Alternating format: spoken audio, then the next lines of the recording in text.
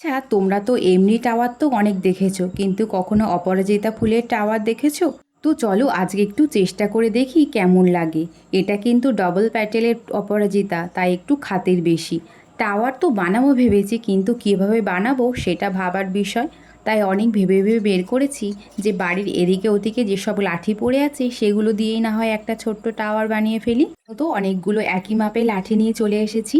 এখন কে কে ভাবছো বলো দেখি, লাঠি দিয়ে কি আর টাওয়ার বানানো যায়? আরে বাবা, কেন যাবে না? বাঁশ দিয়ে যদি বুর্জ খলিফা বানানো যায়, তাহলে লাঠি দিয়ে নিশ্চয়ই একটা টাওয়ার আমি বানিয়েই ফেলবো। এগুলো বালতি চারিদিক থেকে ভালো করে বসিয়ে গোড়াগুলো আটকে দিচ্ছি, ঝড় বৃষ্টির সময় লাঠিগুলো উড়ে না চলে যায়। যতই হোক টাওয়ারে ফুল ফোটা দেখা তো হবে না, টাওয়ারের মাথায় যেমন একসাথে থাকে সেরকম ভাবে লাঠিগুলো একই জায়গায় এনে বেঁধে দিয়েছি। আর এরপরে একটা ভালো দড়ি দিয়ে ওর গায়ে পেঁচিয়ে দিয়েছি, ঠিক যেমনটা তোমরা ভিডিওতে দেখতে পাচ্ছ। কিন্তু শেষে টাওয়ার টাওয়ার দেখতে লাগছিল। এখন তোমরা বলো তো, জোগাড়ু জিনিস দিয়ে তৈরি টাওয়ারটা কেমন লাগছে?